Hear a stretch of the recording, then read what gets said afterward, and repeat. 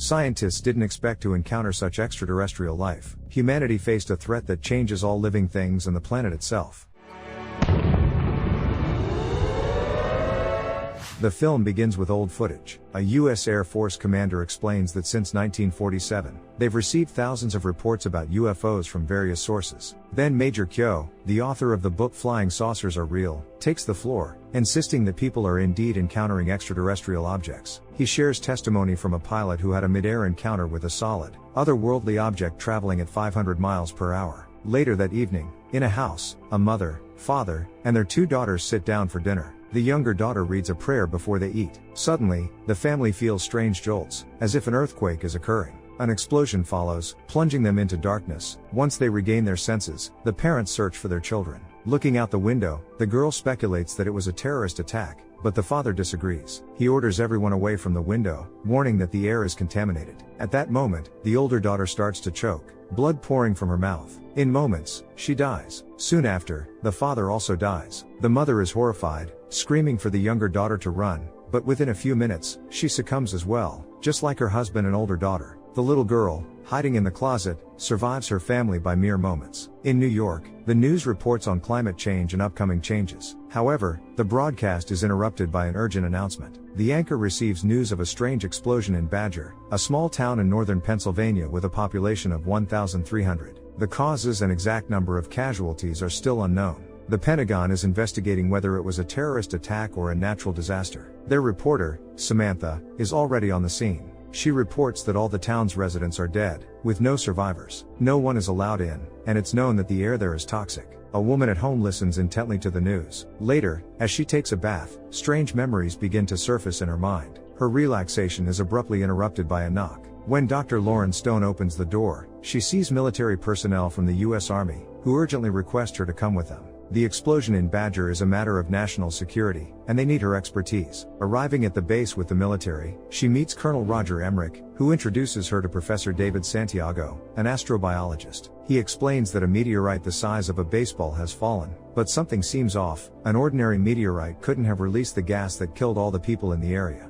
They have never encountered anything like this before, so the colonel wants them to investigate the site. The scientists prepare for their expedition, but the colonel stops Lauren, believing there may be something extraterrestrial involved. He knows she has written books and believes in alien life. Later, Lauren and Santiago drive to the site of the tragedy. On the way, he mentions having read her book and shows her pictures of his sons, but she remains lost in her thoughts, silent. When they arrive at the meteorite impact site, they find a crater. After surveying the area, Santiago concludes there's nothing of interest and that he came in vain. However, Lauren decides to take photos of the crater and notices a peculiar small red sprout. Carefully examining the plant, she lies down next to it, gently stroking it. That evening, back at home, she studies the photo of the plant and thinks to check the news for similar cases. She finds a report about an incident in Chelyabinsk, Russia. In an interview, a woman recounts how a meteorite fell into the city, leading to a lockdown due to contaminated air and many fatalities. Rumors suggest that something unusual appeared, a seed that grew into a tree, causing the death of nearby animals, though it was eventually cut down. Shocked, Lauren Googles the woman's name and learns that she was shot in front of her children.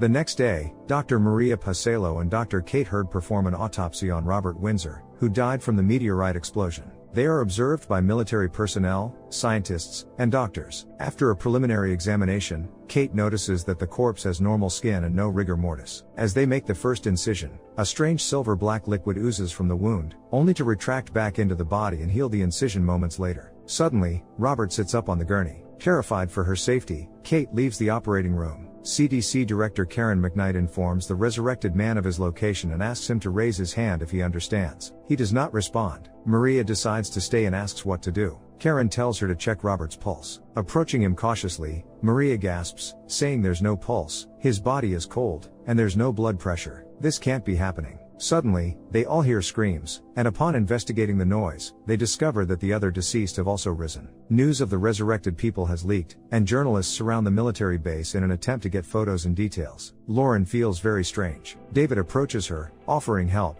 but she assures him that she's fine. Doctors examine the resurrected individuals, showing them photos of their loved ones, but none of them react. The arriving governor demands answers, questioning why these 49 people are the only ones to have come back among thousands who died. A scientist explains that they have a theory. These individuals were closest to the explosion and inhaled fragments of the meteorite, which led to transformations in their internal organs and the emergence of a new life form. All others died from inhaling the toxic gas, meaning Badger is not safe without chemical protection. Suddenly, a woman who had been working with the doctor turns away from him. Lauren meets with the colonel and informs him that a similar explosion occurred in 2013 in Chelyabinsk, where people died from the same symptoms. She is convinced this was not the work of the Russians, they are victims too. It's part of some evil plan. The colonel, however, does not believe her. During a meeting, military personnel, politicians, and scientists listen to Karen's report. She states that the resurrected individuals have no pulse, no breath, and no noticeable brain activity. They do not eat or sleep.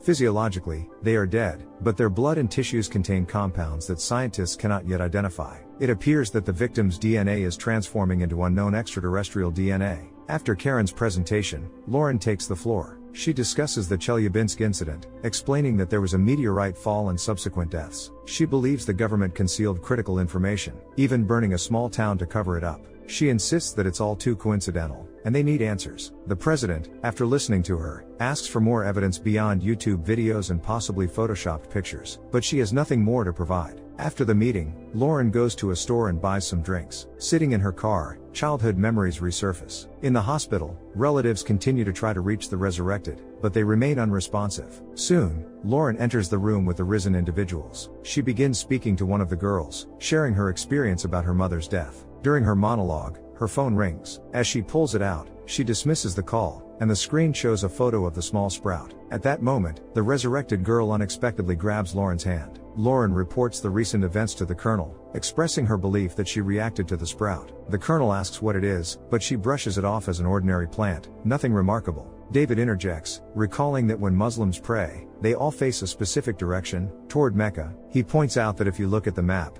they are facing north, where Badger is located. With a heavy sigh, the colonel announces that they have found the sprout. The news shows a massive plant, and no one knows what it is. It's likely an extraterrestrial object. Lauren watches the screen with a strange expression of joy. Dressed in protective suits, a team of scientists and Robert head to the strange tree. What they see shocks them. The plant is gigantic. As they bring the resurrected man closer to it, they observe that he seems to regain consciousness. They also notice that his eye color has changed to bright blue. Meanwhile, Robert examines his hands, the snow, and the tree, informing the group that he will stay near the plant, as human environments are lethal for him. At a press conference, Lauren explains that, like most earthly plants that produce oxygen, this tree generates gas that allows them to survive in this environment. Journalists are puzzled about how aliens made it here, and Lauren discusses wormholes that exist thousands of miles from Earth. Lauren's interview is broadcast on television, and an elderly man sits on his couch watching. Her phone rings. It's her therapist reminding her that she has missed several sessions. The doctor insists she must call back to schedule an appointment. Suddenly, there's a knock at her apartment door. When she opens it, she sees her father. She isn't particularly pleased to see him but lets him in. He glances at the telescope and recalls how, on her 8th birthday, she asked for a laboratory as a gift. They were surprised but agreed. However, her passion and obsession with science and projects spiraled out of control, worrying her mother. Ignoring her father's words, she asks how he's doing. He smirks, noting that at his age, what can really be going on? He expresses regret and tells her he misses her. Stepping closer, he notices she takes a step back. Sighing heavily, he bids her farewell and leaves. The next day, the colonel informs Lauren that Robert wants to speak only with her. They tried to engage him with the entire department, but it didn't work. He has prepared a list of questions for her to investigate what it is, where it came from, and what it wants. Dressed in a protective suit, Lauren heads to meet Robert. Sitting by the tree, he reveals that his planet has been destroyed. They were searching for a new home and found Earth. The seed of this tree will not grow anywhere else, and they were given the coordinates to Earth. Curious, Lauren asks who provided this information. Robert replies that it was someone from Earth, named Supernova 94. This individual sought them out and made contact, allowing them to learn the strengths and weaknesses of humanity. Noticing that people are approaching the tree, Robert asks them to be driven away, but Lauren explains that they won't leave. The tree is destroying the Earth. He then states that they are used to fighting and will not leave quietly. Using his supernatural abilities, Robert unleashes a wave of energy, causing those around him to scream in pain. It's as if they are going mad, turning on each other and firing weapons. Lauren and a few other men manage to escape Robert's influence. Realizing the tree must be eliminated, the military launches missiles at it. However, the rockets fail to reach their target. The tree is surrounded by a protective dome. The elderly man listens to the news, learning about the dome around the tree and the person nicknamed Supernova 94, who has established contact with an alien civilization. He enters his room and pulls out his old notes, opening a notebook to see the name Supernova 94, heavily circled and underlined. The news reports strange occurrences, unusual sounds coming from the forests, the ground shaking as if from earthquakes, and mysterious fogs in some cities that are killing people. In India, numerous explosions result in thousands of casualties. Martial law is declared in several countries, and power is handed over to the military. Farmers report that their entire harvest has been lost, rotting underground. Turning off the TV, Lauren grabs her belongings and leaves. Across the globe, people pray to their gods. The dead are cremated, while the living struggle to understand what is happening. Meanwhile, Lauren heads to her father's house. Approaching the shed where her laboratory once was, she peers through a boarded-up window. Hesitating to go inside to see her father, she ultimately decides to leave. Arriving at the tree and Robert, she tries to comprehend what is going on. He then reveals that they came to Earth because of her. Extending his hand, he shows her her past, which had occasionally resurfaced in fragments in her memory. Lauren, as a young girl, is riding in the car with her father. He asks her not to tell their mother, as the place they're heading to is very secret. Upon arriving, her father leaves with a group of people, asking her to wait by the entrance. Curious, Lauren secretly follows the group and overhears them discussing an extraterrestrial being. After they leave, she approaches the capsule, and somehow the creature slips into her body. When she returns home, she asks for her own laboratory and begins constructing a device. Her parents become concerned about her behavior. She has become withdrawn, and her knowledge surpasses that of an ordinary child. Over time, she successfully invents a communication device. Looking at the calendar, she introduces herself as Supernova 94 and transmits Earth's coordinates. Her parents tolerate her eccentricities for a while, but eventually, they forbid her from pursuing science. Upset with her mother, Lauren promises that she will soon die, and not long after, her mother passes away. Worried, her father takes her to doctors, who discover a new form of DNA within her, as if she is half human, half something else. As the woman remembers all this, she weeps, while Robert removes her protective mask, telling her she no longer needs it. She is home now. The elderly man recalls intercepting conversations from a girl named Supernova 94, but they never understood who she was speaking to. Strange objects begin appearing worldwide. They resemble spheres and are found everywhere, in forests, the Sahara, on farms, lakes, and large cities. The peculiar sounds originate from these objects. Various theories arise. Some believe they grew from the ground, while others think they were delivered by a giant spaceship. Suddenly, the alien spheres explode simultaneously across the globe. Clouds of black smoke billow in every direction. There is no chance for people to evacuate. The last surviving humans record videos, explaining that the aliens created an environment suitable for themselves. Their capsules are connected to the roots, poisoning the soil, growing beneath people's feet. Yet the main question remains, where did they come from? Earth is no longer suitable for human life. The planet has transformed. Evolution has begun. No one managed to escape. All terrestrial species and plants have perished. No one survived. Now, it's an entirely different world. As for Lauren, her journey has come to an end. She is finally home. What do you think? If aliens were to arrive on Earth, would we have a chance to survive? Share your thoughts in the comments down below, give a thumbs up, and subscribe to the channel. See you in